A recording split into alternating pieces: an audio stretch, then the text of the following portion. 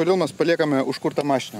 Todėl, kad ten visi akliai, visos miško gerybės, kurios galimai pultų mus, jos dabar ten smagiai tyrinėja tą mašiną, kodėl jinai buris, ką jin čia atvažiavus daro. Čia mes stovim, kiek čia? 3 metrai, 4 nuo mašinos, tai yra mūsų nieks nepul. Bet čia toks praktinis patarimas ir būtų. Atvažiavus, jeigu kažkur šalia einat ir nenorit, kad pultų mašalai, palikit mašiną jungtą, pamatysit užkurtą, pamatysit efektą.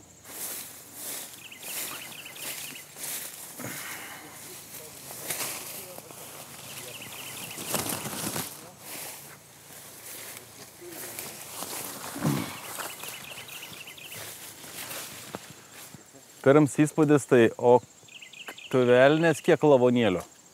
Prieš 2 metus kirtom ir čia palikom išvalytą gražų, išrinkom sausas visas eglės.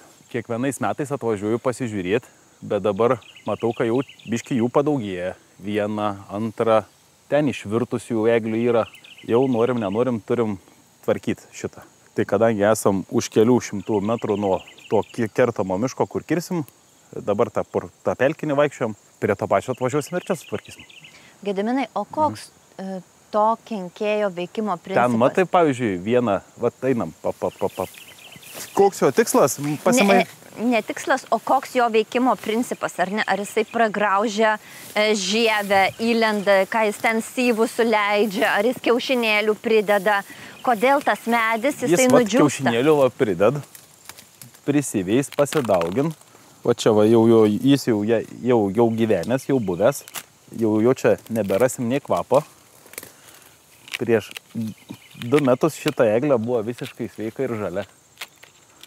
Ir va, pasiekmes. Ten dar viena šviežiai nudžiūvus, išvirtusių yra. Einam, pasižiūrėsim, kaip atrodo, ką tik šviežiai stovėjo žalis medis. Va ten, va, mato čia vienu birėjus. Visiškai sausa eglė, visiškai žalia buvus eglė ir visiškai nupaškėjus. Tai jie, tie skėriai prie medžio pasimaitina, aš juos taip vadinsiu, gerai? Skėriai, okay. Taip, prie medžio pasimaitina. Ir perskrenda į kitą. Ką jie valgo medyje? Medieną pačią? Jo, jie pasimaitina ir va, skrisi toliau dabar. Šiaip nustatyti, kuris medis yra užsikrėtęs, galim iš sakų. Jeigu yra aplinkui besisakuojančių medžių, kur bėga sakai, tai balti tokie nubėgimai. Tai reiškia, jis jame gyvena. Jeigu pakrapšiu žievę, turėtume ras dar turi gyvūnėlių. Taip atrodo ta vieta, kuriuo filmavom ir sutvarkėm.